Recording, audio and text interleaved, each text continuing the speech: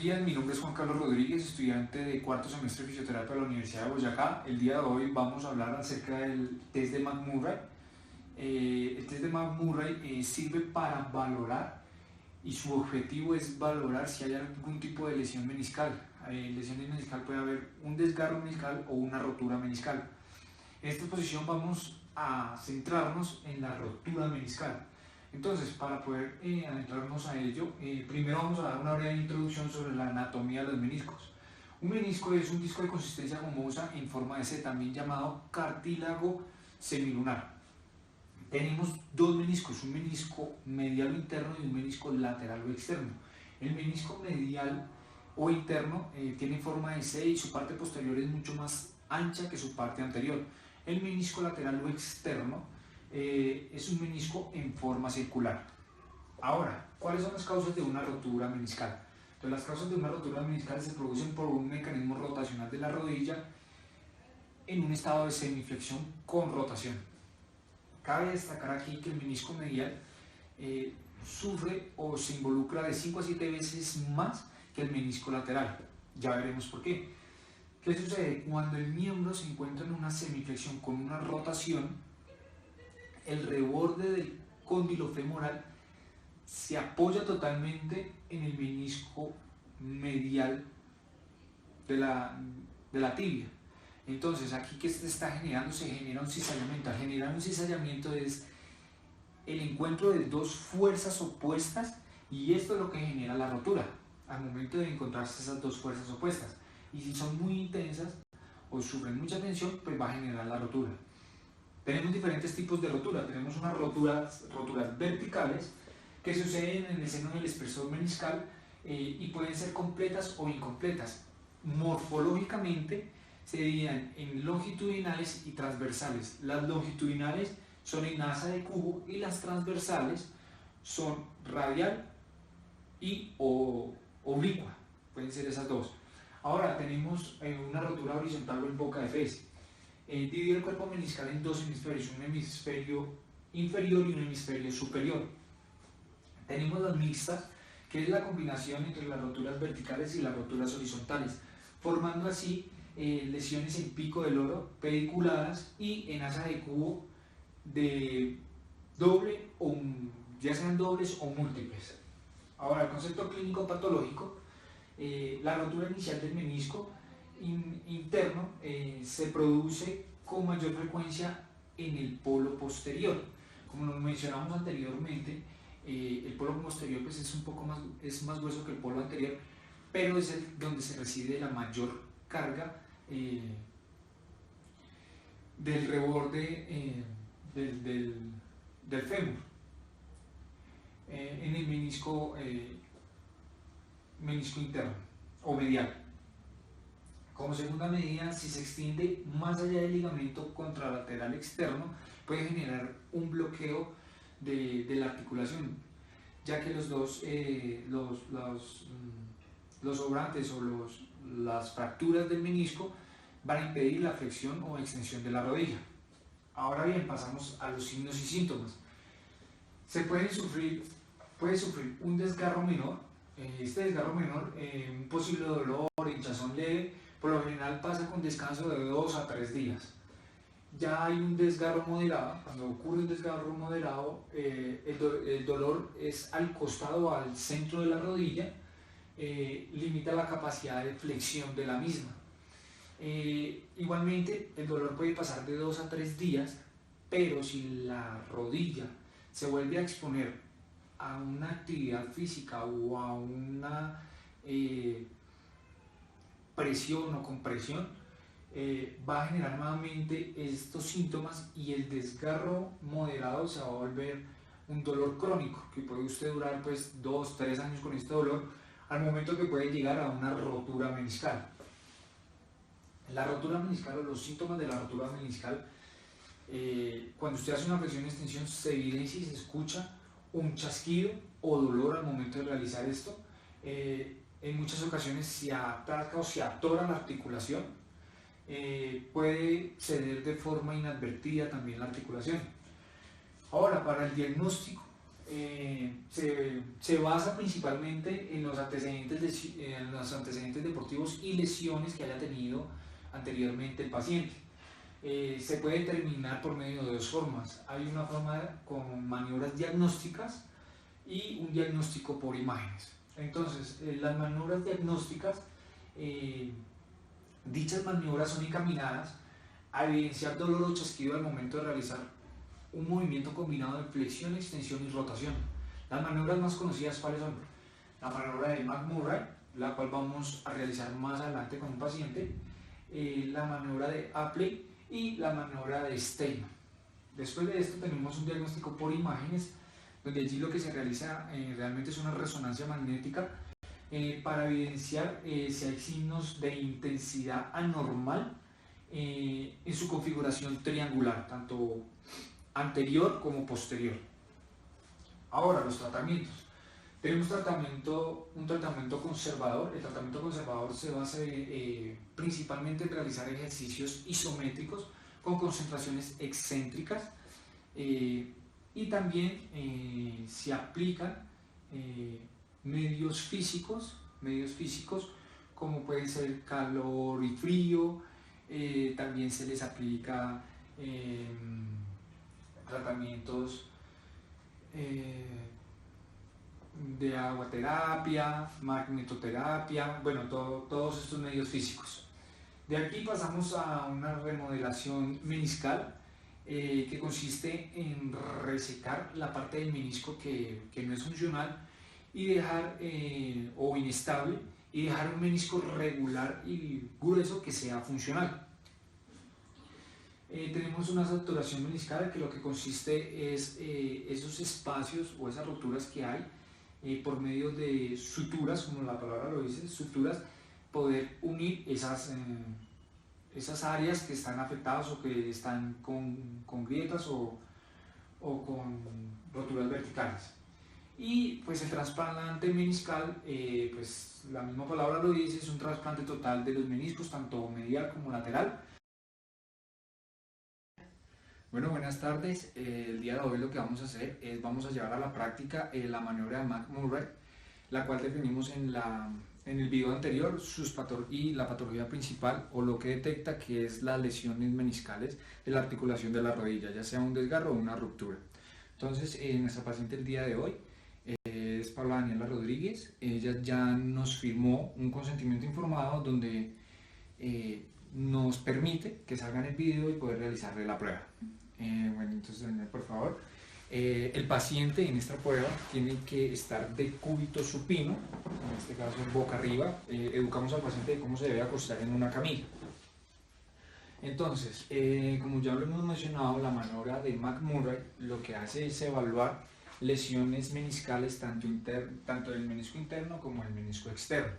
¿Cómo se lleva a cabo? Entonces, nuestra mano craneal va a estar en la interlínea articular para llevarla a una flexión máxima de cadera y una flexión máxima de rodilla. Nuestra mano caudal va a estar debajo del pie para generar rotación interna y rotación externa, para evaluar cada uno de los meniscos. Entonces, en estos momentos llevamos a una flexión máxima de cadera y de rodilla, ¿sí? Y realizamos una rotación externa del pie para evaluar el menisco interno. Ahora la llevamos de una flexión hacia una extensión de 90 grados y le preguntamos al paciente si siente dolor. ¿Siente algún tipo de dolor? No, señor. No se siente tampoco ningún tipo de chasquido, entonces no hay ninguna patología o síntoma. Ahora colocamos el pie nuevamente en neutro, llevamos a una flexión máxima, tanto de cadera como de rodilla, realizamos la rotación interna para evaluar menisco externo. Llevamos nuevamente a una extensión de 90 grados, preguntamos al paciente, ¿siente algún tipo de dolor? No, señor. Perfecto.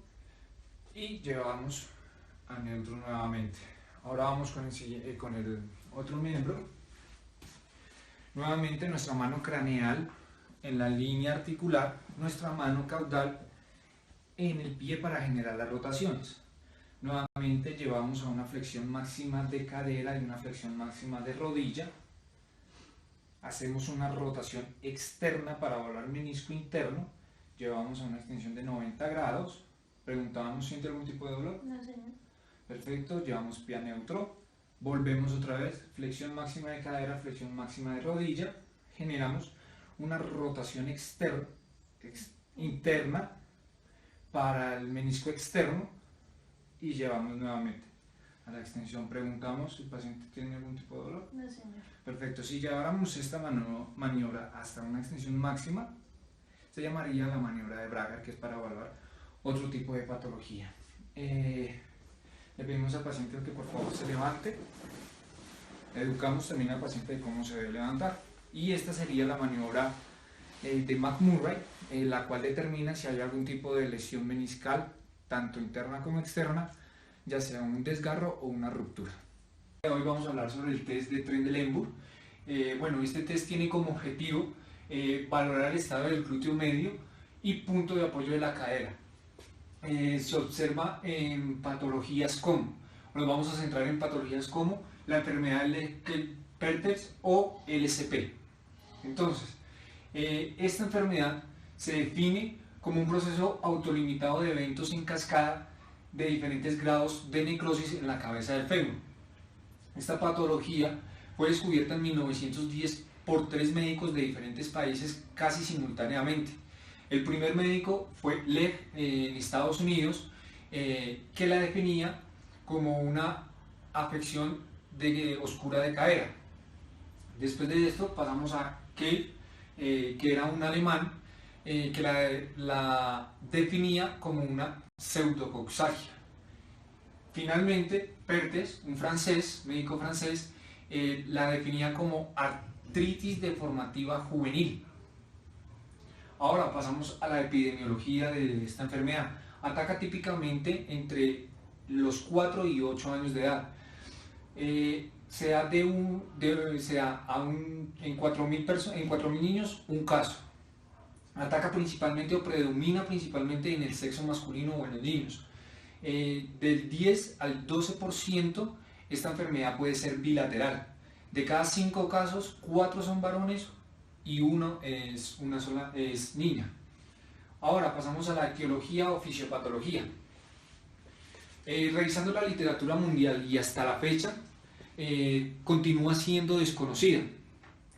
Esta etiología, pues lo que se puede evidenciar hasta ahora en las diferentes literaturas es que la arteria circunfleja medial femoral es la principal fuente de suplemento sanguíneo para la cabeza femoral en adultos, pero en los niños este aporte está dado por los vasos cervicales ascendentes, los que demostró Schonk son muy vulnerables y fácilmente bloqueados. Ahora, la fisiopatología. A partir del momento de la necrosis, el hueso muerto comienza un proceso de reabsorción. Esta fisiopatología se divide o tiene diferentes fases. Tiene una fase inicial que se produce la interrupción del aporte vascular y comienza la necrosis ósea. Luego tenemos la fase de fragmentación, que se inicia un proceso de reabsorción del hueso necrótico. Después tenemos una fase de reosificación. Allí la epífisis es invadida por vasos, reabsorben los islotes densos y se forma tejido óseo que luego se trabecula. Y por último tenemos la fase final o de curación, que allí lo que sucede es que hay una sustitución completa del hueso necrótico. Las posibles causas, hay dos, una que es por herencia y otro tipo de factores. En herencia, algunos autores lo relacionan entre familiares, pero Fisher, Wayne y Gormley demostraron que no existe una predisposición genética. Otros factores que pueden generar esta enfermedad es el crecimiento rápido desproporcional, bajos de peso al nacer, cambios hormonales, retardo en la maduración esquelética también. Esto también puede generar esta enfermedad. Ahora, las características clínicas. Los padres notan la claudicación o cojera ya cuando hay un avanzado proceso necrótico o ya está en la segunda fase, que es la fase de fragmentación, que puede generar atrofia del muslo glúteo medio, y al intentar palpar la cabeza del fémur va a generar dolor por la sinovitis existente, que hay en la cabeza del fémur y se genera el tren de Lemburg. El diagnóstico, por medio de un examen físico cuidadoso, se genera una maniobra encaminada a evidenciar dolor y debilidad en el glúteo medio, llamada así test de tren de Lemburg, el cual vamos a realizar más adelante. El día de hoy vamos a realizar el test de la prueba de Lemburg. Nuestro paciente Javier Baldión ya anteriormente ha firmado un consentimiento donde nos permite realizar esta prueba.